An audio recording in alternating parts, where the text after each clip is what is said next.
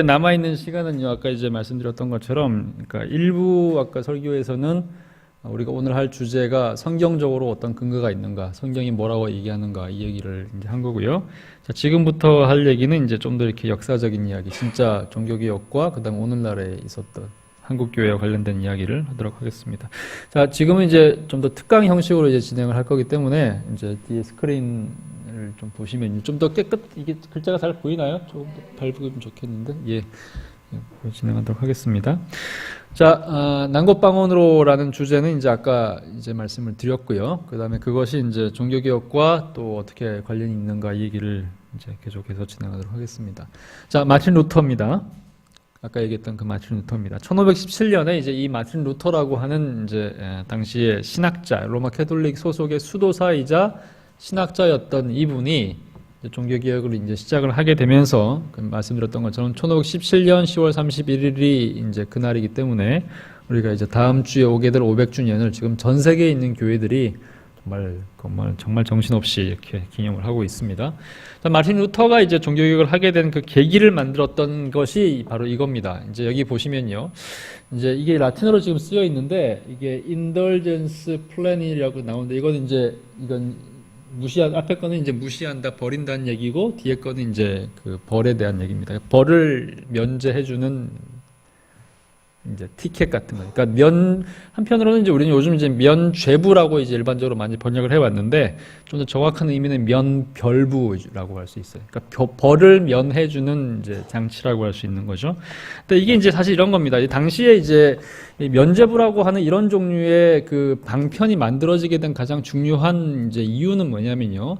당시 로마 캐톨릭 교회가 가지고 있는 굉장히 중요한 신학적인 어떤 구조가 있습니다. 구원론에서 이제 우리 개신교랑은 다른 굉장히 중요한 차원인데, 그러니까 우리는 이제 예수 그리스도가 십자가에서 돌아가셔서 죽으신 그 사건이 거의 완전한 속죄라고 이제 믿습니다. 그러니까 예수 그리스도께서 우리를 위해서 십자가에서 죽으시고 부활하신 사건은 이미 하나님의 의를 완벽하게 만족시킨 사건이기 때문에 우리는 그분이 완성하신 그것을 믿음으로 우리가 받아들이면, 왜냐하면 우리가 스스로 할 수 있는 능력이 없기 때문에, 그러면 우리가 예수 그리스도께서 하신 그 완벽한 그 속죄의 은혜를 우리가 이제 예수님을 통해서 받게 되는 거죠. 그것을 우리가 의가, 예수께서 하신 그 의가 전가됐다, 우리에게 주어졌다라는 의미에서 이신층이란 단어를 씁니다. 들어보셨죠?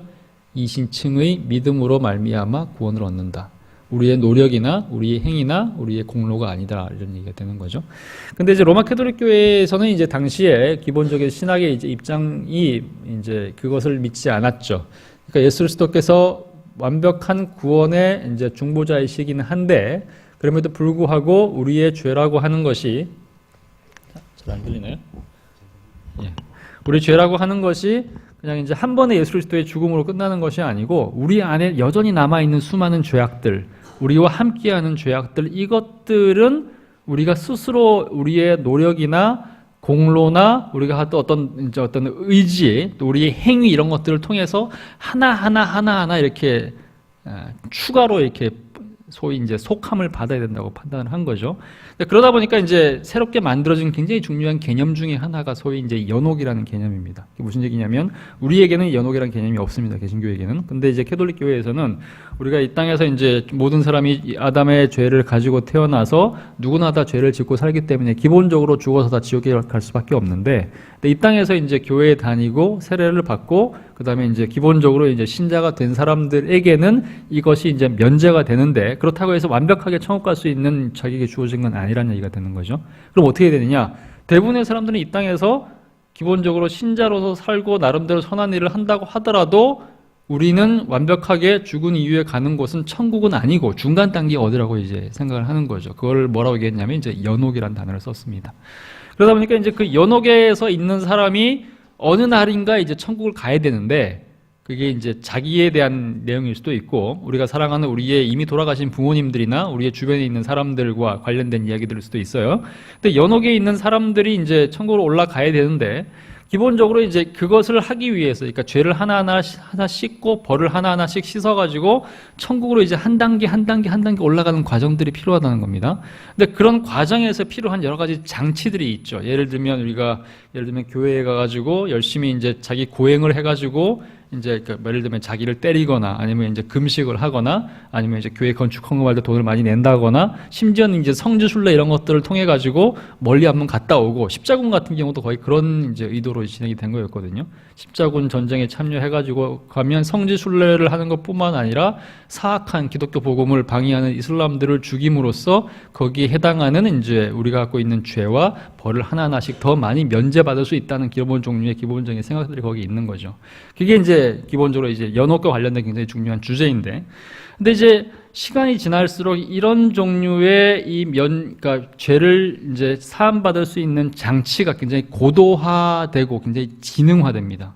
그러니까 처음에는 이제 스스로 고뇌를 통해서 어떤 어려운 행위들을 통해 가지고 하나씩 이제 그 죄를 씻어 나가고 벌을 이제 면제받는 그런 과정들이 이제 있었다 그러면 중세 후반으로 가고 교회가 타락하고 좀 더 이렇게 부패하고 성직자들이 이제 굉장히 수많은 탐욕들에 사로잡히게 되면서 이것을 사람들에게 좀 더 쉽게 풀어주는 대신에 좀 더 많은 돈을 벌어들일 수 있는 그런 종류의 이제 장치를 하나를 생각을 하게 되는 거죠. 그게 뭐냐면 바로 면죄부라는 겁니다. 그러니까 이제 아까도 이제 얘기했지만 이 면죄부라고 하는 것들이 굉장히 상식적으로 너무 터무니없는 얘기고, 이런 티켓 하나를 이제 사가지고 가는 것이 도대체 무슨 도움이 될까라고 우리가 상식적으로나 또는 이제 이성적으로 판단할 때는 너무 어리석은 생각이잖아요, 그죠?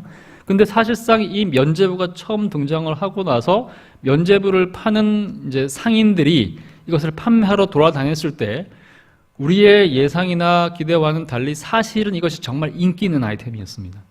그 당시 최고의 베스트셀러였다고 얘기할 수 있는 거예요. 이 사람들이 뭐라고 판매를 하면서 돌아다니냐 이렇게 얘기하는 거예요. 당시에 이제 그러니까 이런 식으로 이제 좀 이렇게 큰 상자함이 있다 그러면 상자함이 있고요. 그다음에 상자함의 깊이가 좀 깊습니다. 우리 이제 헌금통이라고 생각하시면 돼요. 헌금 뒤에 넣은 통이 있잖아요, 그죠? 깊이 있는 통이면 그 꼭대기에 들어가는 입구에 이제 이런 종류의 생긴 일종의 이제 이제 입구가 있습니다.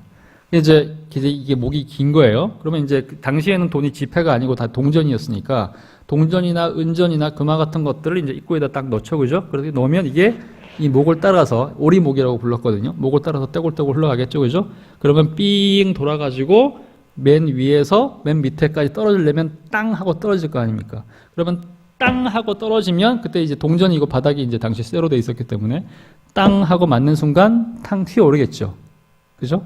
그러면 그걸 가지고 이제 어떻게 장사를 했냐면 당신의 영혼은 동전이 땅 하고 튀어오르는 순간 그 뛰어오른 양만큼 연옥에서 천국으로 올라간다 이렇게 했던 겁니다. 재밌죠? 근데 이게 최고 아이템이었다니까요. 최고의 베스트셀러고 누구나 다 좋아하는 그런 아이템으로 이제 굉장히 이제 많이 이제 각광을 받았다는 겁니다. 자, 이게 이제 이런 종류의 문제를 만들어내니까 결국에는 이제 교회가 부패할 수 있는 가장 중요한 길을 만들어주는 거죠. 교회가 무슨 얘기를 해도, 신학자들이 무슨 얘기를 해도 이것을 굉장히 탐욕이 어려서 또 이제 이런저런 이제 왜곡된 방편으로 성경과 아무 관계없는 이런 얘기를 해도 사람들이 이것에 쉽게 넘어가게 되고 전부 다 이렇게 자기가 구원받는 문제, 천국 가는 문제에만 다 사로잡혀 있었기 때문에 말하자면 일종의 이런 미신 속에서 사람들이 다들 이제 제정신을 잃고 있는 거죠. 이것만 관심을 가지고 있는 그런 시대였으니까.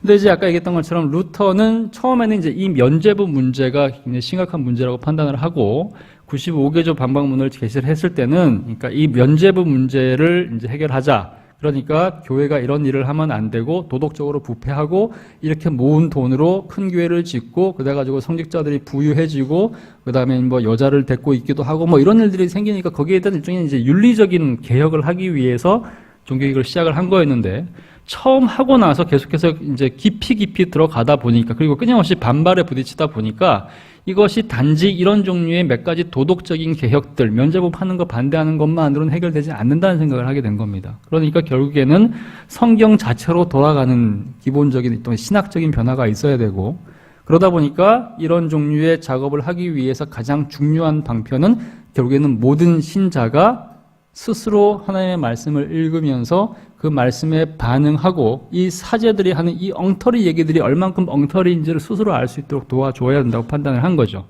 그래서 이제 시작된 것이 이제 소위 이제 성경 번역의 이제 시작입니다. 자, 이걸 또 보시면요. 자, 이것이 이제 루터의 이제 성경 번역이 이제입니다. 멋있죠? 옛날에는 이제 이게 이때 막 이제 그 인쇄술이 이제 발명이 돼가지고 옛날에는 혹시 여러분 기억하실지 모르겠어요. 옛날에 이제 여러분들이 어릴 때 교회를 다니실 때 교회에서 이제 주보 같은 거 만들 때 여러분 이렇게 등사로 이렇게 밀었던 거 기억하시죠? 그러니까 말하자면 이제 오늘날은 훨씬 더 이게 엄청나게 발전을 한 시대지만 그때 당시만 하더라도 이렇게 등사 이렇게 밀어가지고 하는 그런 건데 그 등사로 하는 시대가 사실상 이제 이때부터 시작이 된 겁니다. 그 이전까지는 인쇄술이라는 게 발명되지 않았던 때였기 때문에 그 이전까지는 거의 모든 이제 그 성경은 진짜 아까 얘기했던 것처럼 모든 교회에 다 성경이 있는 것이 아니에요. 라틴어로 된 성경인데 그 성경도 모든 교회에 다 있는 것이 아니라 각 도시의 가장 대표적인 교회들이 있죠. 그런 대표적인 교회에만 이제 이만큼 큰 규모의 이제 성경이 하나씩 있는 거죠. 그러다 보니까 이 성경이 어마어마하게 비싼 값이고, 그 다음에 이것을 이제 당시로는 이제 필사를 하는 건데, 이 필사를 누가 하냐면 수도원에 있는 수도사들이 이제 일종의 이제 학자 역할을 하는 거니까 필사를 하는 건데, 성경 전체를 한 권에서 맨 끝까지 필사를 하는데 거의 뭐 10년 이상씩 걸리는 그런 이제 엄청난 노력들이 필요한 거죠. 그것도 이제 종이에다가 이렇게 손을 직접 쓰면서, 직접 그리면서, 이제 여기 나오는 이 필체들이 당시에 이제 실제 사람들이 손으로 썼던 그런 필체랑 거의 비슷합니다. 그러니까 이런 식으로 이제 처음에 이제 성경이 유통이 되다가 종교개혁 바로 직전에 인쇄술이 발명이 되면서 이런 종류의 성경들을 이제 찍어낼 수 있는 엄청난 혁명이 일어납니다. 그러니까 말하자면 문서혁명이 종교개혁을 불렀다라고 해도 이제 과언이 아닌 거죠. 오늘날에는 이제 인터넷 시대가 됐으니까 그보다 더한 혁명이 일어났다고 얘기할 수 있는 거고요. 자, 이게 이제 루터가 했던 첫 번째 이제 성경 번역의 이제 모습이고요. 그 다음에 이것이 이제 표지입니다. 이게 보시면 혹시나 이제 잘 보이실지 모르겠는데, 여기가 이제 성경책이고, 여기 사람 이름이 하나 보여요. 여기 이게 비블리아라고 써 있죠? 성경이란 뜻이고요. 이게 독일어인데, 여기 보면 이제 뭐 디 운트 이런 거 들으니까 아, 이게 독일어구나 아시겠죠? 그 다음에 이름이 하나 있죠? 여기 뭐 있습니까? 디오시티 닥터고요. 뭐죠? 마르틴 루터가 있죠. 루터가 번역한 성경책입니다. 이것이 이제 당시에 루터가 처음으로 이제 독일어로 번역해서 유통시킨 바로 그 성경책이고요. 자, 그다음에 이제 여기 나오는 거 보면 이제 이것은 이제 그 성경 가운데서 우리가 읽고 있는 특정한 책 하나 이름, 이게 뭘까요? 제목을 보세요. 이게 이제 뭐라고요? 요한복음. 그죠? 왜, 어떻게 아시는 거죠? 그렇죠. 이거는 가스펠이고요. 그죠? 오프, 이제 당시 독일어. 그 다음에 이거는 우리가 쌍뜨라는 표현을 쓰죠. 세인트. 거기서 독일어 쓰는 표현입니다. 그 다음에 이거는 이제 요한에 해당하는 당시 독일어 표현. 그러니까 요한복음의 이 표지가 바로 이거예요. 자, 이것이 이제 당시에 이제 마틴 루터가 이제 번역했던 가장 중요한 성경책의 원리.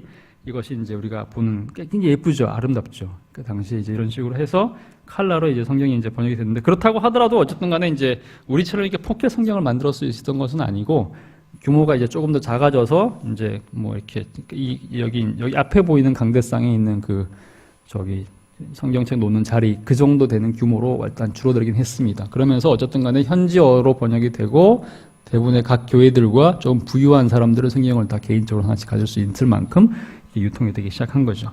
자, 그 다음에 이제 이 그림은 이제 뭐냐면요. 이제 중요한 얘기 중에 하나는 뭐냐면요. 당시에 이제 마틴 루터가 종교개혁 시기에 성경을 처음 번역한 사람이다. 이렇게 일반적으로 이제 많이들 알고 있는데, 사실은 루터가 처음 성경 번역을 한 사람은 아닙니다. 자, 어떻게 정확하게 얘기를 해야 되냐면, 성경 번역을 하고도 살아남은 첫 번째 사람 이렇게 얘기를 해야 돼요. 무슨 얘기냐면요. 루터가 종교개혁을 이제 한 것이 1517년이라고 얘기했죠. 그죠? 근데 실제적으로 마틴 루터가 했던 그 생각, 지금 교회가 너무 부패했고, 교회가 신학적으로 이제 붕괴가 되어 있고, 인간의 공로를 강조하는 잘못된 신학이 있고, 예수 그리스도의 속죄의 완벽함을 주장하지 않는다거나, 그다음에 이제 이런 것들에 대한 이제 문제의식을 갖고 있었던 사람은 루터가 처음은 아니었습니다. 그러니까 루터 이전에 위클리프라고 하는 이제 영국의 한 인물이 있었는데, 이 사람이 150년 정도 그 전 인물이었거든요. 근데 이 위클리프가 영국에서 이제 학자로 이제 생활을 하면서 옥스퍼드라는 지역에서 이분도 이제 거의 루터가 했던 거랑 거의 똑같은 생각을 한 겁니다. 당시에 하나님의 말씀이 분명하게 전달이 돼야 되는데 라틴어로만 예배를 드리고 라틴어로만 설교를 해가지고 도대체 이것이 복음이 전파가 되겠느냐. 그러므로 반드시 이 복음이 제대로 전파가 되고 잘못된 이제 교황의 권위들을 이제 붕괴시키기 위해서는 반드시 성경이 모국어로 번역이 돼야 된다. 그래가지고 이 사람이 제일 먼저 했던 것이 뭐냐면 영어로 성경을 번역하는 작업으로 시작을 한 겁니다. 그러니까 영어 성경의 번역의 선구자가 존 위클리프라는 사람이었습니다. 그 위클리프가 이제 성경을 이제 번역을 하다가 이 사람이 이제 완성하기 전에 이제 늙어서 또 병이 걸려가지고 죽거든요. 근데 이제 어쨌든 간에 위클리프가 한 이것이 굉장히 중요한 일종의 업적이었기 때문에 위클리프라는 사람의 이름을 따서 지금도 유지되는 선교단체가 있습니다.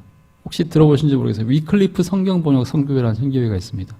한국에는 이제 GBT라는 이름으로 이제 글로벌이라는 표현에서 활동을 하는데 이 위클리프 성경번역 선교회가 하는 일은 뭐냐면 진짜 말 그대로 성경 번역만 하는 선교회예요. 이게 무슨 얘기냐면 지금 현재 이제 대부분의 이제 전 세계에 있는 대부분의 주요한 나라들로는 다 성경 번역이 다 되어 있지만 사실은 아직도 복음이 전파되는 과정에서 성경 번역이 안 돼 있는 사람들이 있습니다. 그것은 나라 단위로 본다면 이제 이것은 뭐 거의 다 돼 있다고 볼 수 있는 그게 아니라 민족 단위로 보면 또 언어를 사용하는 사람들의 단위로 본다면 아직도 자기네 말로 된 언어를 성경을 갖고 있지 못한 데가 있어요. 예를 들면 이제 소수 민족들이 있죠, 그죠? 이리안자야, 뭐 아마존 이런 데 있는 소수 민족들 가운데서는 아직도 자기네 나라 말로 된 성경을 갖고 있지 못한 사람들이 있습니다. 그럼 이 사람들이 한 역할이 뭐냐? 이 선교사들이 가서 한 역할은 뭐냐면 주로 이제 이 사람들이 정글 지역에 많이 있거나 또는 이제 중국에 뭐 엄청나게 오지에 있는 그런 이제 사람들한테 있기 때문에 일단 현지 가가지고 제일 먼저 하는 게 뭐냐면 일단은 이제 성경 자체가 없는 것이 아니라 이 사람들은 말은 있는데 문자 자체가 없어요. 그죠? 그러니까 그럼 가서 결국 해야 되는 게 뭐냐? 그 사람들이랑 일단 이제 같이 사는 걸 시작을 하는 거죠. 그러면서 하나씩 그 사람들이 하는 말을 배우기 시작하면서 각각 사물에 해당하는 단어를 하나씩을 이제 외우는 겁니다. 배우는 거예요. 그러니까 예를 들면 이걸 뭐라 그러느냐? 마이크. 그럼 그 마이크라는 이름을 이제 이 사람들이 뭐라고 했을 거 아니에요, 그죠? 그럼 거기에 해당하는 그런 이름을 이제 쓰는 거죠. 근데 쓰려고 하면 이 사람들의 문자를 만들어 줘야 되죠. 그러니까 대체로 이것을 주로 이제 알파벳 작업으로 하는데 근래에 이제 몇 년 전에 한국 정부에서 대한민국 이 한글이 세계에서 가장 아름다운 언어니까 제일 쉬운 언어니까 이걸로 이제 한글로 이제 글자를 만들어 주자 이래가지고 인도네시아 이리안자에 있는 어떤 부족을 한글로 만들어줬다고 막 홍보를 하고 막 이렇게 한글의 위대함을 얘기한 적이 있어요. 그죠? 기억하시죠? 그런 일이 있었거든요. 근데 그게 조금 이제 좀 위험할 수 있습니다. 왜냐하면 이제 결국 언어가 고립될 수 있거든요. 그러니까 글자가 유통이 되지 않는, 그러니까 한글은 굉장히 우리한테 아름답고 이제 우리한테는 가장 탁월한 언어인 건 분명히 사실인데 새롭게 언어를 사용하시는 분들이 전혀 다른 언어 체계를 가지고 문법 체계 또는 이제 글자 체계를 가지고 하게 되면 주변에 있는 다른 사람들은 다 알파벳을 쓰는데 이 사람만 한글 체계로 쓰게 되면 역시나 이것도 이제 고립되거나 그래서 또 사어가 될 가능성이 굉장히 높죠. 또 어쨌든 간에 이제 그런 과정들이 필요한데 그러다 보니까 이게 어느 정도 시간이 걸리냐면 일단은 현지 언어를 배우고 현지 사람들에게 필요한 문자를 만들어주는 과정. 근데 문자를 만드는 게 쉬운 일이 아니거든요. 문자를 만들려고 그러면 문자를 만들죠. 문자를 만드는 과정에서 일종의 이제 단어들을 모아가지고 단어장을 만들고 단어장이 모아지면 사전이 될 것이고 사전이 생기고 단어가 많이 만들어졌다고 해서 글자를 만들어가지고 일종의 이제 번역을 할 수 있는 것은 아닙니다. 문법이 있어야 되겠죠. 문법 체계를 분석하는 문법 책이 필요한 거죠. 그 과정을 다 겪고 나서 드디어 성경 번역을 시작하는데 한 10년 정도가 걸리고요.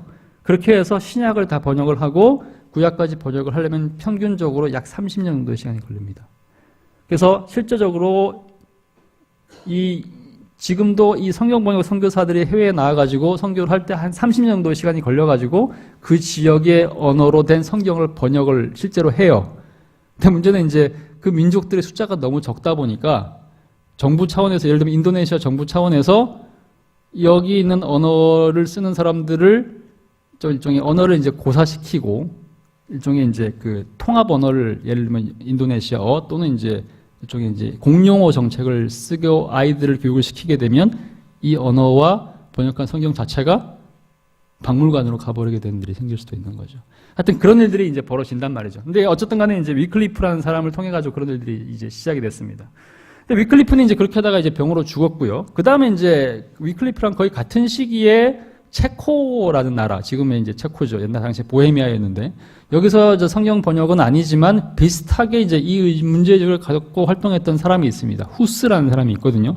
여러분도 혹시나 이제 프라하에 가게 되면 프라하에 이제 광장이 있죠. 프라하의 광장에 그 이제 유명한 광장을 가게 되면 뭐 거기 뭐 시계 탑도 있고 막 그런 데 있잖아요. 그죠? 근데 거기에 서 있는 사람이 누군지를 거기 가는 사람들 거의 대부분은 모릅니다. 근데 그 사람이 누구냐면 얀 후스라는 사람입니다. 후스가 누구냐면 당시에 옥스포드에 있던 이 존 위클리프와 관련된 사람들 친구들이 거기 갔다 유학을 갔다 오면서 위클리프의 사상을 배우고 와서 이 사상을 자기 친구였던 후스한테 전해준 거죠. 그러니까 후스는 거기서 이야기를 듣고는 아 성경을 번역하는 것만큼이나 모국어가 이제 중요하구나. 그래서 설교를 모국어로 했던 사람이죠. 그래서 이제 체코로 모국어 설교를 하면서 현지인들이 알아들을 수 있는 언어로 설교를 하고 예배를 드렸던 이제 첫 번째 인물. 근데 문제는 뭐냐? 이 두 가지 행위, 성경을 모국어로 번역을 하거나 모국어로 설교하는 행위가 로마 캐톨릭 교회 입장에서 봤을 때는 이것이 일종의 신성 모독이라고 판단한 겁니다. 왜 그러느냐? 성경은 굉장히 풀기가 어려운 책이고 굉장히 다양한 이제 이 해석이 가능하기 때문에 권위 있는 해석, 유일하게 믿을 만한 교리를 만드는 해석은 아무나 내리면 안 되는 거예요. 오직 권위 있는 자들, 그러니까 교회의 성직자들과 교황이나 주교 같은 사람들만 내릴 수 있는데 성경을 번역을 해서 아무나 다 성경을 읽게 만들어 버리면 말 그대로 수많은 이단들이 참고를 할 것이고 수많이 다 자기 식으로 해석을 하게 될 것이고 그렇게 되면 교회의 권위가 붕괴돼서 기독교 자체가 붕괴된다. 이것이 이 사람들의 사고방식이었습니다. 그러니까 성경 번역을 하는 행위는 일종의 무정부주의를 가져다 주는 일종의 이제 아주 심각한 혁명 같은 걸로 생각을 한 거죠. 그러다 보니까 중세 시대에는 성경 번역하는 사람들은 다 기본적으로 최악의 형벌로 다 실었어요. 그래서 어떤 일이 벌어졌느냐? 그러니까 얀 후스가 체코로 설교를 했다 그랬죠, 그죠? 후스가 화형당해서 죽습니다. 화형을 당한단 말이죠. 그런데 아까 후스가 화형당해서 죽은 그때 똑같은 결정을 어떤 결정이 내려지냐면 위클리프도 화형시켜 죽이라는 결정이 내려져요. 근데 위클리프는 이미 죽었거든요. 근데 후스는 그래서 살아있는 후스를 불태워서 죽이죠. 현장에서. 근데 위클리프는 죽었잖아요. 그러면 어떻게 하느냐? 이미 죽어있는 위클리프의 시체를 꺼내가지고 이미 죽어있는 시체를 불태워가지고 그걸 재로 만들어가지고 강에 뿌리는 거죠. 이걸 부관참시라고 얘기를 하죠. 그죠? 이게 이제 로마 캐톨릭 교회에서 봤을 때는 가장 심각한 죄에 해당하는 일입니다. 왜냐하면 교회의 권위를 부정하는 체계이기 때문에. 근데 이와 비슷한 일들이 이제 이후에도 이제 벌어지면서 루터가 이 얘기를 하고 종교개혁을 성공을 했는데 루터 같은 경우는 이제 나름대로 이제 주변에 있던 제후들의 도움을 받아가지고 숨어가지고 성경 번역을 성공을 해냅니다. 근데 같은 시기에 영어 번역 성경을 위클리프가 하던 것 이상으로 제대로 번역을 하기 위해서 이제 위클리프의 그 유산을 이어받았던 한 학자가 있었습니다. 그 루터에게도 영향을 받은 분이죠, 그죠? 그 사람이 이제 윌리엄 틴들이라고 하는 사람이에요. 여기 이름이 나오죠, 그죠? 윌리엄 틴들인데 이 윌리엄 틴들이 이제 루터의 영향을 받아가지고 위클리프가 했던 그 역할을 하기 위해서 유럽 대륙에서 영어 성경을 번역을 하죠. 그리고는 이제 숨어서 막 돌아다니다가 결국에는 잡혀가지고 여기가 이제 벨기에인데 벨기에에서 잡혀가지고 이제 화형당해 죽은 거죠. 이게 화형당해 죽는 바로 그 장면이에요. 그러니까 이제 이런 식으로 해서 당시에는 이제 말하자면 이제 다 불타서 죽는 것이 로마 캐톨릭 교회의 가장 중요한 형벌이었기 때문에 개신교인들에게는 일종의 이것이 가장 중요한 혁명입니다. 어쨌든 간에 하나님의 말씀을 현지어로 번역하는 것을 목숨을 걸고라도 해야 될 행위가 바로 종교개혁의 가장 중요한 혁명적 요소고 그렇기 때문에 이후에 종교개혁이 이제 쭉 진행이 되고 그 다음에 이제 결국에는 이제 종교개혁이 거의 완성이 돼가지고 더 이상 종교 전쟁이 벌어지지 않은 그런 때에도 개신교인들에게는 개신교 선교사들에게는 어디에 가든지 간에 가장 먼저 해야 되는 일은 뭐냐? 이게 뭘까요? 바로 성경을 현지 언어로 번역하는 것이 가장 성경을 믿는, 소위 성경 기독교를 믿는 소위 이제 개신교인의 가장 중요한 목표가 된 겁니다. 이것이 굉장히 큰 차이예요. 그 무슨 차이냐면 로마 캐톨릭 교회 신자들, 로마 캐톨릭 교회 선교사들은 해외 나가서 이제 활동을 할 때 성경 번역이 제일 우선 일이 아닙니다. 생각해 보세요. 한국의 천주교 선교사들이 우리보다 개신교보다 먼저 들어왔잖아요. 우리가 개신교 선교사들이 들어오기 이전에 천주교가 100년 전도 더 빨리 들어와가지고 서학을 통해가지고 이제 학문으로 들어오고 그 다음에 제사를 거부하다가 엄청나게 많이 죽은 거 아시죠? 8,000명 정도 죽었거든요. 어마어마한 숫자입니다. 상상을 초월하는 숫자예요.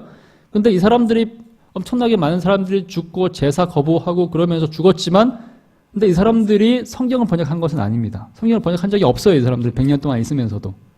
이게 캐톨릭 교회의 특징이거든요. 캐톨릭 교회는 성경을 하나님의 말씀으로 믿지만 성경만 믿지는 않습니다. 이게 무슨 얘기냐면 성경보다도 더 중요한 것이 있어요. 성경을 해석하는 권위로서의 교회와 사제들이죠. 근데 우리는 그런 권위를 목사들이나 소위 성자들한테 부여하지 않습니다. 성경은 기본적으로 성경 자체가 거의 유일한 권위고, 비록 그것을 잘 해석해 줄 수 있는 지혜로운 교사로서의 목회자가 필요하지만, 그렇다고 하더라도 그 목회자의 해석이 유일한 해석이라고 믿지 않습니다. 이것이 우리에게 굉장히 중요한 원리예요. 자, 그래서 어쨌든 간에 개신교 선교사들이 해외 나가가지고 성경을 번역을 하는데, 만약에 이제 아까 얘기했던 것처럼 위클리프 성경 번역 선교회가 하는 식으로 만약에 한다면, 한국의 개신교가 처음 들어온 게 언제냐면 1884년, 85년입니다. 84년에 알렌이라는 선교사가 들어오고요. 85년에 언더우드하고 아펜젤러라는 선교사가 들어옵니다. 그러니까 사실상 그때부터 만약에 들어와서 성경 번역을 한다고 하면 우리가 성경을 우리의 말로 된 것을 가지는 것은 1910년 이후가 돼야 되겠죠. 실제로 중국 같은 경우에 중국에서 가장 먼저 이제 개신교 선교를 한 사람이 이제 우리보다 80년 정도 앞섰습니다. 1807년에 로버트 모리슨이라고 하는 선교사가 중국에서 이제 처음으로 이제 개신교 복음을 전합니다. 근데 그때 개신교 복음을 전했을 때 이분이 오자마자 뭘 했냐면 이제 성경 번역을 이제 시작을 한 거예요. 그 다음에 복음도 전하고 그러면서 17년 만에 첫 번째 개종자를 내고, 근데 그 개종자가 누구냐면 자기 언어 선생님, 중국말 가르치는 선생님. 근데 17년 만에 개종한 그 사람인데 그 사람들이랑 같이 뭘 하고 있었냐면 계속해서 성경 번역을 하고 있었어요. 그래가지고 결국에는 한 20년 정도가 지나고 나서 처음으로 이제 중국어로 된 성경이 나옵니다. 그래서 중국의 첫 번째 성경을 우리가 뭐라고 얘기하냐면 모리슨 역이라 그래요. 그게 무슨 얘기냐면 첫 번째 들어온 선교사가 번역을 한 책이라는 얘기가 되는 거죠. 그러니까 중국에서는 선교사가 들어와서 성경을 번역하는데 20년이 걸렸다. 이게 정상이라는 얘기죠. 그런 식으로 한다면 우리도 1880년대에 언더우드와 아펜젤러 들어왔다 그러면 우리의 최초의 성경책은 1910년대에 나온 언더우드 역이 돼야 되겠죠. 원칙적으로.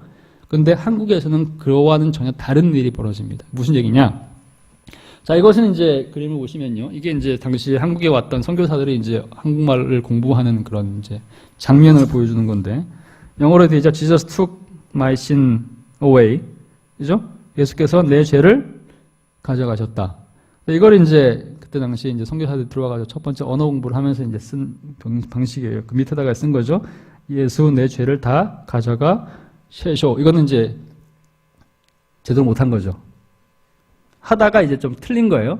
어쨌든 배우는 그런 과정들이고, 그 다음 웹타이즈, 세례 주오, 나한테 세례를 주시오. 이렇게 번역하는 그런 과정인데, 이거는 이제 좀 더 시간이 지난 이후의 얘기고요. 자, 한국에서 이런 일이 있었습니다. 한국에는요, 이제 우리가 이거를 이제 굉장히 강조를 좀 많이 해야 되는 부분인데, 전 세계에서, 아까 얘기했던 부분, 그 얘기 제가 잠시 했었죠. 전 세계에서 선교사가 들어오기 이전에 모국어로 된 성경을 갖고 있던 유일한 나라. 그게 한국이었습니다. 이게 무슨 얘기냐? 한국과 중국과 일본에서 미국에 있는 유망한 선교사들과 선교단체들, 영국에 있는 수많은 선교단체들이 동시에 선교를 했습니다. 사실 동시라기보다는 오히려 중국은 우리보다 80년 앞섰고 일본 같은 경우도 우리보다 30년 앞섰습니다. 그런데 1910년 정도가 되면 수많은 이제 전 세계에 있는 유럽과 미국에 있는 선교단체들과 교회 사이에서 지금 현재 전 세계에 있는 모든 선교 지역들 가운데서 가장 기독교 국가가 될 가능성이 빠른 나라, 큰 나라를 얘기할 때 한국 얘기를 합니다. 왜 그랬느냐? 왜 다른 나라들은 선교가 굉장히 힘들었는데 중국도 힘들고 일본도 힘들고 인도도 힘들고 전 세계 어느 나라도 그렇게 많이 힘들었는데 한국만 그렇게 유독 다른 지역과는 다르게 빨리 기독교가 번성을 해서 지금 우리가 보는 것처럼 전국에 있는 이런 교회들이 이제 성장하는 그런 계기가 됐는가? 굉장히 많은 요인들을 얘기할 수 있습니다. 뭐 예를 들면 이제 중국은 기독교로 들어온 선교사들이 복음을 전하면서 동시에 아편도 팔아먹었다. 맞죠? 그러니까 이제 중국에서는 기독교인이 되는 것은 곧 매국노가 되는 거다. 이게 무슨 얘기 이해되시죠? 실제로 그랬거든요. 근데 이런 나라에서는 기독교 선교가 어려울 거 아닙니까? 근데 한국에서 제국주의 노릇을 하면서 나라를 착취하고 빨아먹은 외국 제국주의 세력은 미국이나 영국이 아니죠. 어디죠? 일본이란 말이죠. 그럼 선교사들은 어떤 사람들이냐? 선교사들은 오히려 그들에게 저항하는 민족의식을 끼워쳐준 사람이다라고 판단할 수가 있죠. 그런 종류의 이제 독특한 요소들이 많이 있어요. 근데 그 수많은 요소들이 한 8가지 정도 이렇게 제시할 수가 있는데, 그 중에서 또 굉장히 중요한 주제 중에 하나가 모국어 성경 관련된 얘기입니다. 아까 얘기했던 것처럼 중국도 성경을 자기네 나라 말로 갖게 되는데 20년 이상이 걸렸고, 일본도 그만큼의 시간이 걸렸습니다. 그런데 한국에는 어떤 일이 벌어졌느냐? 어떤 면에서 이것은 한국이 좀 늦게 시작됐기 때문에 그럴 수도 있는 건데, 우리가 이제 1880년대에 처음 이제 선교사들이 한국에 들어오기 이전에 중국에 있는 선교사들 중에 일부가 한국 사람들과 접촉하는 일이 벌어집니다. 정확하게 얘기하면 이제 중국이 아니라 이제 만주예요. 당시 만주에 심양에 지금 가 계시는 그 심양에 이제 존 로스라고 하는 선교사가 있었습니다. 이 사람이 이제 스코틀랜드 출신의 선교사거든요. 스코틀랜드 출신의 선교사인데, 이 사람이 당시에 이제 중국에서 이제 만주에서 선교를 하다가, 당시에 제일 큰 도시인 심양에서 선교를 하다가 거기에 있는 중국 사람들과 만주 사람들의 대상으로 선교에 굉장히 성공을 합니다. 그래가지고 큰 교회를 세우고 나름대로 굉장히 열심히 이제 생활했는데, 이분도 굉장히 이제 에너지가 넘치는 분이었단 말이죠.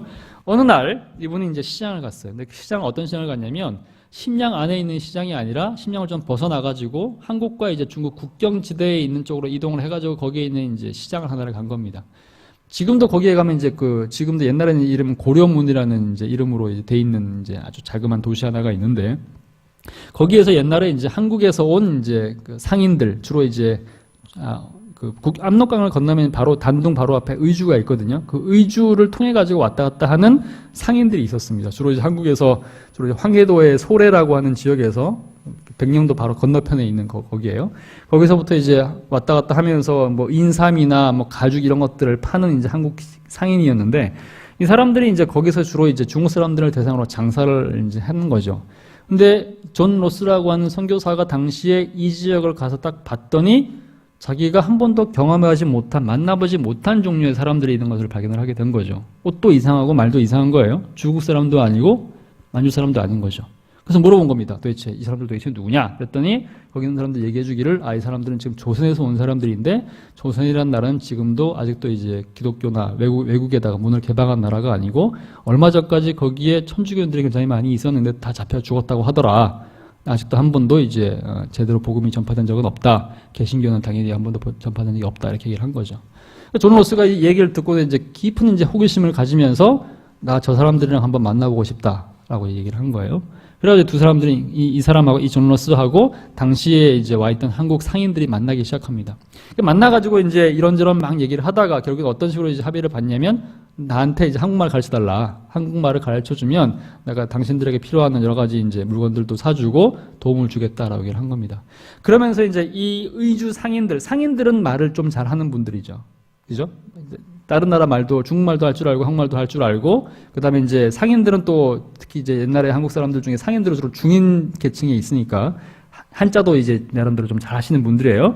그러니까 이제 이분들과 함께 공부를 하면서 존 로스 선교사가 진짜 말 그대로 한국 최초의 단어장을 만들고, 한국 최초의 그 다음에 이제 문법책을 만들고, 그 다음에 이제 결국에는 이제 사전까지도 이제 만들게 되는 그런 작업들이 이루어집니다.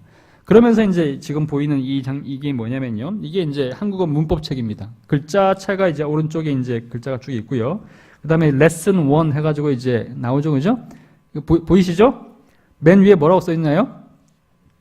네, 대션말 보이고자 한다. 이게 무슨 말일까요? 나 조선말 배우고 싶다. 맞죠? 너 나를 선생 대접하겠으니, 나 대접하올리, 나도 대접하겠다, 이런 얘기 했죠. 그죠? 그 다음에, 얼마나 죽었음마. 이게 사투리라는 걸 생각하세요. 사복 사투리, 평양 사투리. 얼마나 줄 거예요? 얼마 준 거예요? 한 달에 농량. 좋은 선생은 만마치 대군말 안마니. 이건 뭐냐면, 좋은 선생은 낱낱이 대국말. 대국말이 어디 말일까요? 중국말. 좋은 선생은 낱낱이 중국말을 아니까 조선말은 그보다 쉬우니까 뭐예요? 배우기 쉽다. 이겁니다. 희한하죠? 이때 당시에 이제 처음으로 한국어를 이제 배우는 선교사들과 이제 개발한 이제 필체들입니다. 그러면 그 밑에다가 영어로 다 써 있고, 그 다음에 이제 이게 최초가 뭐냐면 띄어쓰기 최초. 한글에서 띄어쓰기를 최초로 이제 시작한 사람이 이 존 로스입니다. 이런 식으로 해서 이제 성경을 번역하기 위한 기초 작업들을 이 사람이 시작을 한 거죠. 굉장히 이제 탁월하게 잘 해냈어요. 그래서 당시에 이제 그때 이제 참여했던 그 의사가 아니라 상의였던 분이 이제 서상륜이라고 하는 분인데, 이분이 이제 나중에 존 로스랑 같이 이제 공부를 하면서 성경 번역을 하기 전에 성경 번역을 하는 와중에 이제 기독교인이 돼가지고 한국으로 돌아가가지고 이제 원래 살고 있던 그 소래라는 마을에다가 한국인 기독교 공동체를 이제 처음으로 만들게 되죠. 이것을 한국 최초의 교회라고 얘기를 합니다. 그게 무슨 얘기냐면 한국에 선교사가 공식적으로 들어오기 이전에 한국 땅에 이미 한국인 기독교인 공동체가 있었죠. 그러니까 이것도 역시 역사상 최초입니다. 어제 한국에서만 일어난 일입니다.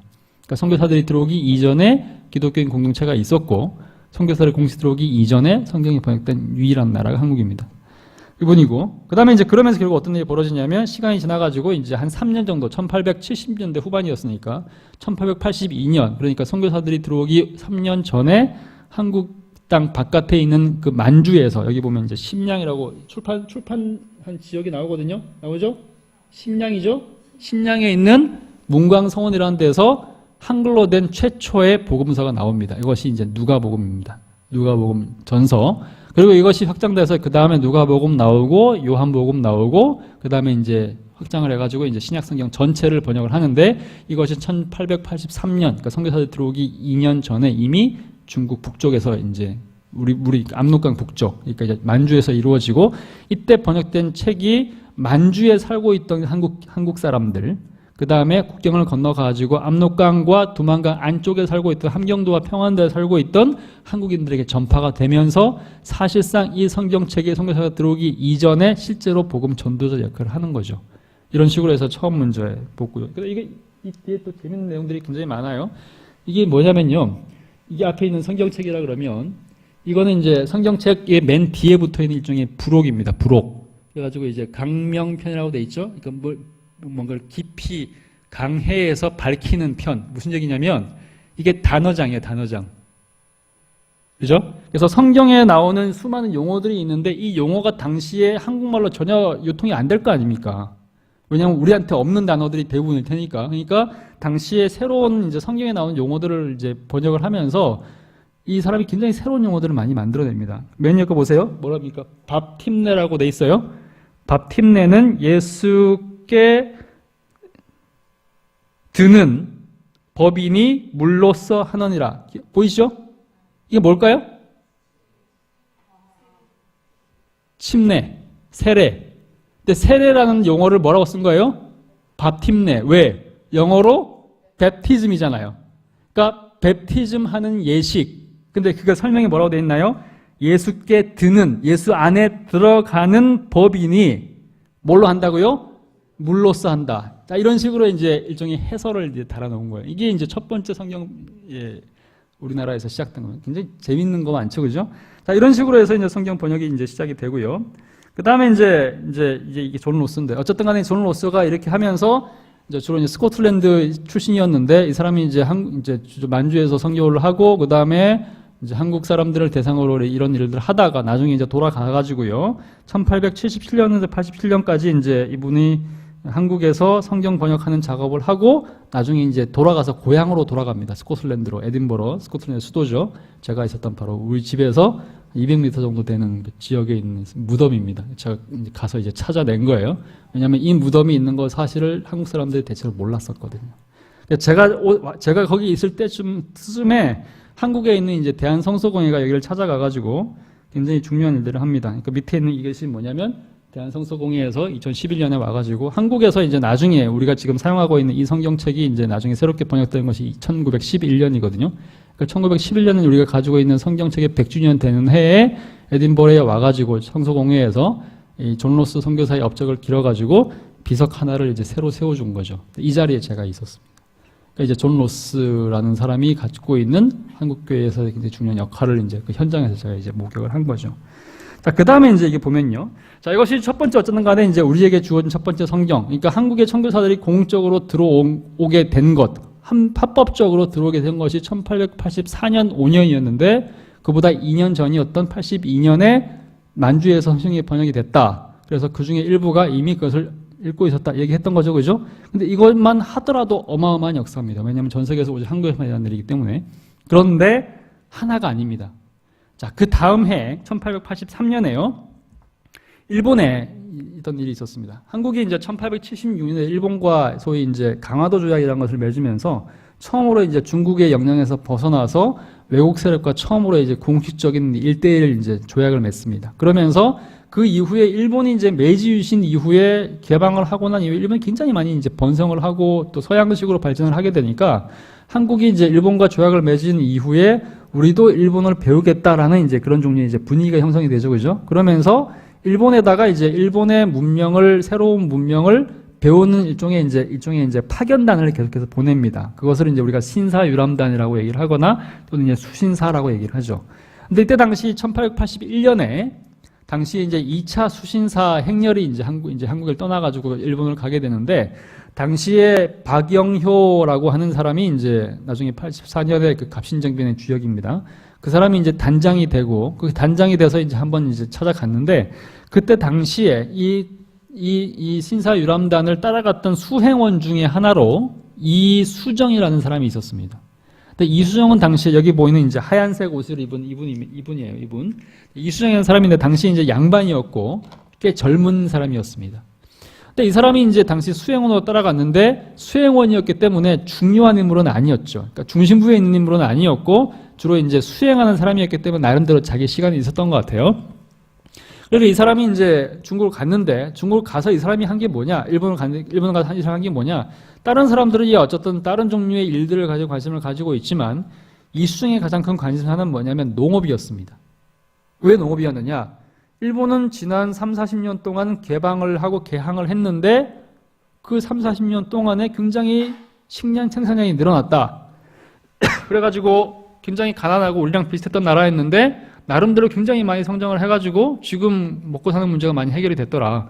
근데 지금 한국은 이제 막 개방을 했는데 여전히 우리는 먹고 사는 게 힘들지 않느냐. 사실 우리는 1950년대까지만 해도 보릿고개에 있었잖아요. 그죠? 계속 어렵단 말이죠. 그죠? 그러니까 이 당시에 이수정은 우리가 어떻게 하면 이제 먹고 사는 문제 해결할 수 있는가. 이게 가장 큰 관심사였습니다. 그래가지고는 일본에 가가지고 다른 사람들이 이제 수행원들이 다 딴 데 가 있는 동안에 이수정은 어디를 갔냐면 당시에 일본의 가장 유명한 농학자였던 스다센이라는 학자를 찾아갑니다. 찾아가가지고 이제 당시 이제 동경에서 교수 생활을 하시던 이제 학자였는데 이분한테 찾아간 거예요. 찾아가가지고는 이제 대화를 하기 시작하는데요. 이렇게 대화를 하는 거예요.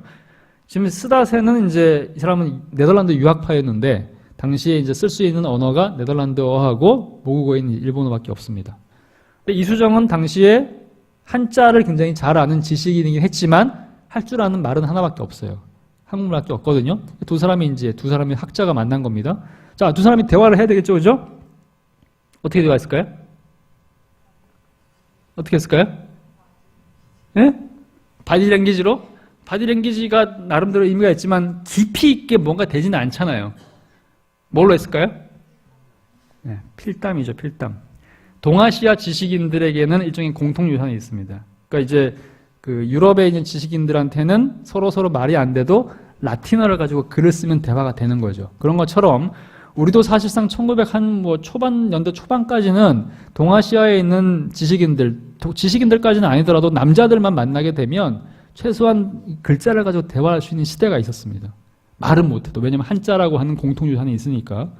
근데 이제 우리는 더 이상 이게 안 되는 거예요. 이제는 영어로 다 만나면 서로 영어를 해야 되는데 셋 다 영어를 못하니까 대화가 안 되는 거죠. 나름대로 꽤 낭만적인 시대였다고 할 수 있습니다. 근데 이 사람은 둘 다 워낙에 탁월한 지식인들이니까 이 필담을 하는 것이 전혀 문제가 안 되는 겁니다. 처음에는 주제가 이제 농업 주제였던 거죠. 어떻게 당신의 나라는 이렇게 훌륭한 나라가 됐느냐, 뭐 이렇게 하니까 됐다. 아, 우리도 좋겠다, 우리도 따라하면 좋겠다. 막 얘기를 하면서 이제 굉장히 감동적이고 이제 좋은 대화들을 막 하고 중국의 일본의 그 농업을 배워가지고 한국도 나름대로 이제 먹고 사는 문제 해결할 수 있는 길을 찾았다고 굉장히 이제 좋아한 거예요. 이수정이. 근데 끝날 때 거의 끝나가는 그 와중에 스다센이 굉장히 의미심장한 이제 말을 하나를 합니다. 글자로 뭐라고 얘기했느냐? 지금 내가 당신한테 한 이 많은 이야기들은 굉장히 의미 있는 이야기이고 여러분들의 나라를 당신의 나라를 이제 죽음으로부터 해방시킬 수 있는 굉장히 중요한 얘기를 했지만 내가 진짜 하고 싶은 얘기는 따로 있다 얘기를 하는 거예요.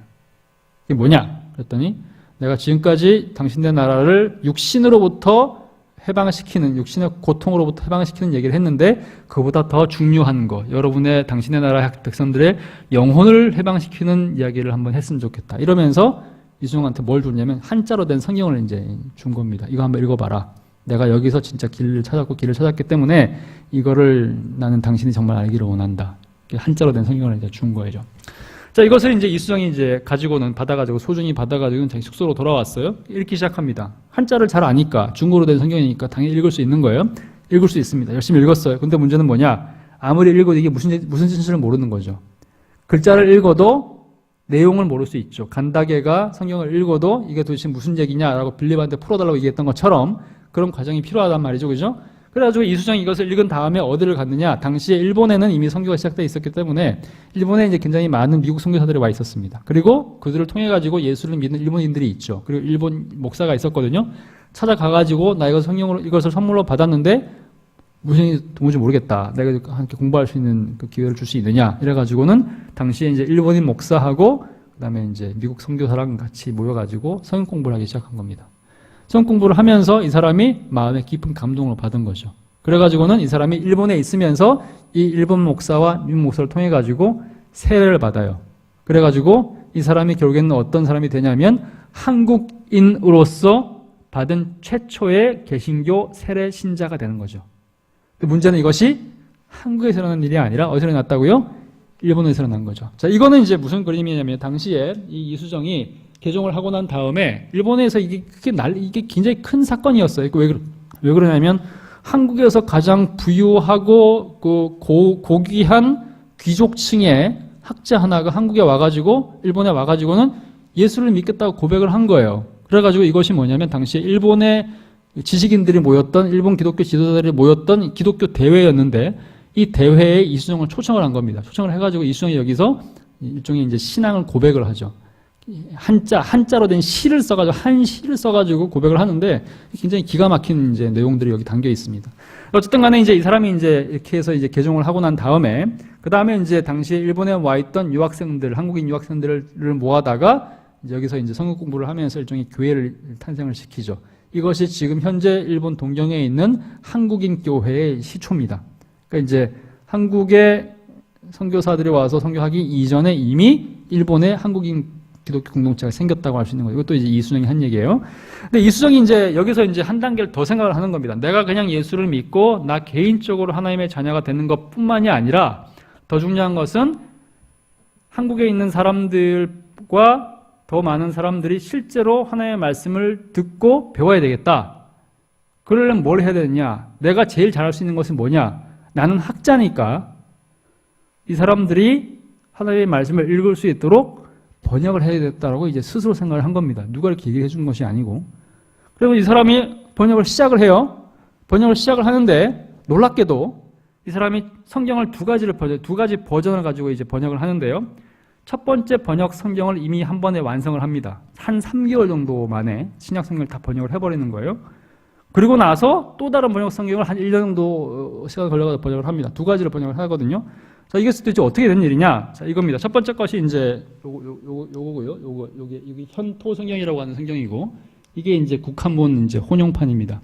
자, 어떻게 된 거냐? 현토 성경이라는 것은 원리가 이렇습니다. 한자를 아는 사람은 읽을 수 있는 성경. 그러니까 무슨 얘기냐면, 아까 이제 이 이수정이 그 스다센한테 한자 성경을 받았다 그랬죠. 근데 실제적으로 지식인들이면, 한국에 있는 지식인들이면 이것을 읽을 수는 있어요. 근데 좀 더 잘 읽게 하기 위해서는 어떻게 해야 되냐, 이렇게 하는 거죠. 예를 들면, 창세기 1장 1절. 어떻게 되어 있습니까? 태초에 하나님이 천지를 창조하신 이렇게 되어 있습니다. 근데 이게 중국어 성경은 어떻게 되어 있느냐? 이렇게 되어 있죠. 우리가 한국식으로 읽는다 그러면, 태초, 하나님에 해당하는 용어가 신 또는 상제거든요. 태초, 상제. 근데 중국어 같은 경우는 우리랑은 이제 어순이 다르죠. 영어랑 같거든요. 그러니까 태초, 상제, 창조, 천지 이렇게 되어 있습니다. 이게 중국어 성경의 이제 창세기 1장 1절이에요. 근데 이거를 한국 사람들이 읽으려면 어떻게 해야 되느냐? 중간에다가 토를 달면 되겠죠. 태초에 상제 깨워서 천지를 창조하시니라. 순서를 바꾸고 이게 바로 현토 성경입니다. 그러니까 굉장히 기가 막힌 생각을 하나 한 거죠. 그러니까 당장 모든 사람들이 읽을 수 있는 성경을 만들어내는 것은 어려우니까 원어 번역하는 거 할 수 있는 것도 아니고 자기가 그렇게 할 수는 없는 거니까 일단 이미 나와 있는 그러니까 한자 성경에다가 토를 달아가지고 일단은 이제 지식인들이라도 먼저 읽게 하자. 이게 이 사람의 생각이었던 거죠. 그래가지고 이제 이 성경이 이렇게 번역을 하면서 여기 나오는 이 번역하면서 이거를 신약 전체를 이걸 몇 달 만에 번역을 해낸 겁니다. 그래서 이제 일본에 출판을 했어요. 그 다음에 이건 뭐냐? 이거는 이제 소위 이제 국한문 번역인데 국한문 이제 혼용인데 이거는 이제 말 그대로 이제 민중들을 위한 겁니다. 그러니까 지식인들만 한자를 읽을 수 있는 거니까 좀 더 많은 사람들, 여성들이 읽기 하기 위해서는 이것을 한글로 번역을 해야 되겠다. 근데 이제 문제는 한글로만 완벽하게 100% 번역하는 것은 사실상 불가능하고 그렇게 될 수도 없는 거죠. 왜 그러냐면 아까 이제 로스 번역에서도 문제를 봤지만 대부분의 용어들, 성경에 나오는 대부분의 용어들을 한국말로 번역하기가 어려워요. 거의 불가능합니다. 대부분 다 한자로 돼 있고 또는 이제 이미 이제 그러니까 유럽이나 또는 이제 유대를 배경으로 한 그런 용어들이 워낙에 많기 때문에 그러니까 그런 것들은 그냥 다 이렇게 한글로 이렇게 발음대로 쓰지만 그 옆에다가 이제 줄을 치고 줄이 많이 써 있거든요. 줄을 치고 이제 말하자면 뭘 한 거냐면 이렇게 줄을 치고 옆에다가 여기다가 일종의 한자로 토를 달아준 거죠. 그러니까 말하자면 오늘날 우리가 가지고 있는 일종의 주석 성경의 일종의 이제 기원 같은 거라고 생각하시면 됩니다. 이런 식으로 해서 이수정이 이제 두 번째 성경책을 번역을 하면서 이 사람이 이제 있는 동안에 두 가지 종류의 이제 버전을 만들어냈다고 할 수 있죠. 자, 그러면 지금 현재 선교사가 들어오기 이전에 한국 사람들이 유통할 수 있는, 가질 수 있는 성경이 지금 몇 권 있는 거죠? 3권 있는 거예요. 북쪽에서 온 하나의 로스 성경 하나, 그 다음에 일본에서 이제 두 가지 버전의 성경책, 이렇게 해서 3권이 있는 겁니다. 자, 이것이 이제 어떤 식으로 연결되느냐? 자, 이거 1885년 1월에 최종적으로 이제 이 사람, 이 국한문 번역체가, 혼용체가 85년 1월에 이제 일본에서 출판이 됩니다. 요코하마에서요.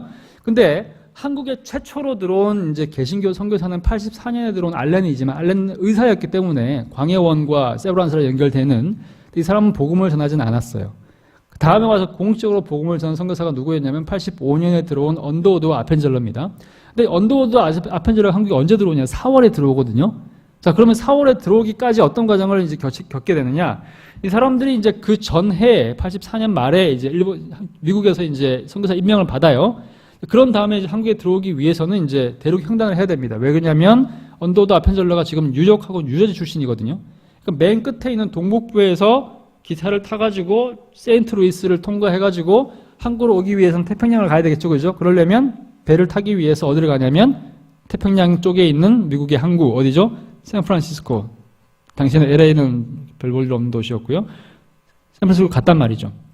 이게 이제 몇 주나 걸렸어요. 자, 그 다음에 이제 샌프란시스코에서 배를 타고 한국으로 와야 되겠죠. 몇 군데 중간에 쉽니다. 제일 먼저 어디서 쉴까요? 태평양에서 배를 탄다면 제일 먼저 쉬는 데가 하와이겠죠. 왜냐하면 거기서 미국 땅이고 가장 중간에 있으니까 일단 쉬었다 갑니다. 그 다음에 또 배를 타고 어디로 오냐면 중간에 일본으로 가는 겁니다. 왜? 어쨌든 너무 여행이 기니까 쉬어야 되죠. 그리고 이제 실제로 이제 그렇게 오랫동안 몇 개월 동안 3개월, 4개월을 배를 타다 보면 이게 정상이 아닐 거 아닙니까? 쉬어야 되는 거예요. 그래서 이제 일본에 딱 갔는데 어디로 가냐면 요코하마로 갑니다. 근데 왜 요코하마냐면 요코하마 근처에 도쿄가 있어요. 그러니까 한국으로 치면 요코하마는 제물포, 인천의 역할을 하는 겁니다. 그러니까 도쿄로 들어가기 위한 항구가 요코하마인데 여기 그러다 보니까 선교사들이 굉장히 많이 이제 모여 있었던 거죠.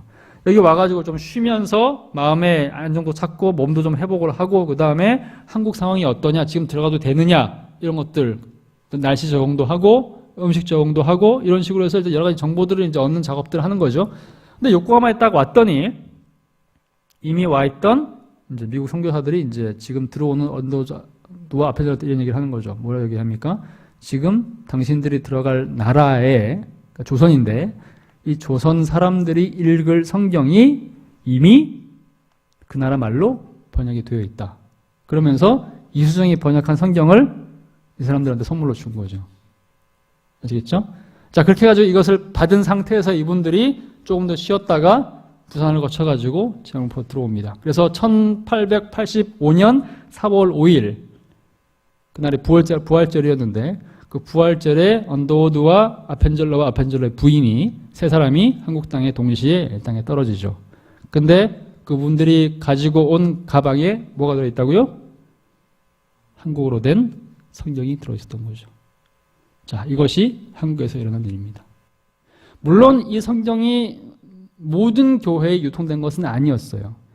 여러 가지로 좀 문제가 있었고 번역상의 오류가 있었기 때문에 결국에는 1911년에 우리가 지금 쓰고 있는 이제 구역이라고 하는 성경이 제일 먼저 이제 공식적으로 이제 대한성서공회에서 번역이 되고, 그것이 이제 38년에 개정된 것이 개역 성경. 그리고 우리가 지금 쓰고 있는 것은 2000년대에 개역 개정이 된 거죠. 그죠? 그러니까 우리가 지금 쓰고 있는 성경은 이제 공식적으로는 1911년에 시작된 거거든 맞습니다.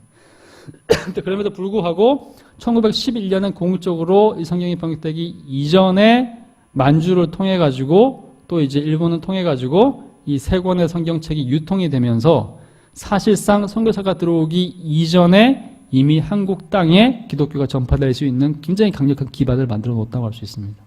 실제로 많은 사람들이 그 성경을 읽었고 무엇보다도 그 성경을 통해서 이미 회심한 자들이 있었고, 그래서 선교사들이 들어와서 한 것은 이미 회심한 자들을 중심으로 새로운 신자들을 또 이제 탄생을 시키면서 말하자면 이미 하나님께서 해놓으셨던 엄청나게 놀라운 일들을 그 이후에 선교사들이 밟아나가게 됐다고 할 수 있는 거죠. 그런 점에서 한국은 제가 이제 오전에도 말씀드리고 금방에도 말씀드렸던 것처럼 소위 난곳방언으로라고 하는 것이, 그래서 모국어 성경을 번역하는 것이 모든 개신교의 탄생의 가장 중요한 혁명이자 중요한 요소라고 한다면, 근데 그것이 이루어지기 위해서 얼마나 많은 사람들이 죽었는지 우리가 얘기했잖아요. 그죠? 근데 그 일이 이루어지기 위해서 최소한 30년의 시간이 필요하다는 얘기를 했잖아요. 그죠? 그런데 그런 일이 벌어지기 이전에 한국에는 이미 성경이 번역이 돼서 준비가 되어 있었고, 선교사들이 그것을 가지고 선교를 하면서 우리는 그 어떤 나라보다도 가장 완벽하게 이 난곳방언으로 하는 원리를 구현한 나라, 결국 그럼으로써 전 세계에 있는 그 어떤 나라보다도 확고하고 부동하게 하나님의 말씀을 사랑하는 나라로 서는 기반이 마련됐다는 겁니다. 이게 중요한 사실이죠. 이것이 우리의 유산이라는 거예요. 우리가 이런 종류의 유산을 알아야죠. 왜? 이것이 우리에게 주어지는 가장 큰 선물이기 때문에. 그리고 이것을 이어가는 것이 우리의 사명이기도 합니다. 그러니까 우리가 지금 읽고 있는 이 한글로 된 성경책들 지금은 너무 많아가지고 뭐 온 동네 다 처박혀 있고 우리 집에 들어가면 막 구석구석 막 나오잖아요. 그죠? 먼저 쌓여있는 수많은 성경책들. 근데 이 성경책이 우리의 언어로 우리에게 전달되는 것이 그렇게 쉬운 과정은 아니었다는 겁니다. 우리가 여기에 감사해야 되겠고, 우리가 이것을 가지고 산다는 것이 무엇인지를 고민하고, 그 다음에 이제 해외에서 이런 일들을 위해서 헌신하는 다른 선교사들을 위해서 우리가 무슨 일을 해야 되는지, 어떻게 기도해야 되는지를 아는 그런 기회가 되었으면 좋겠습니다. 자, 오늘 여기까지 하고요. 기도하고 마치면 되죠? 네, 마치도록 하겠습니다.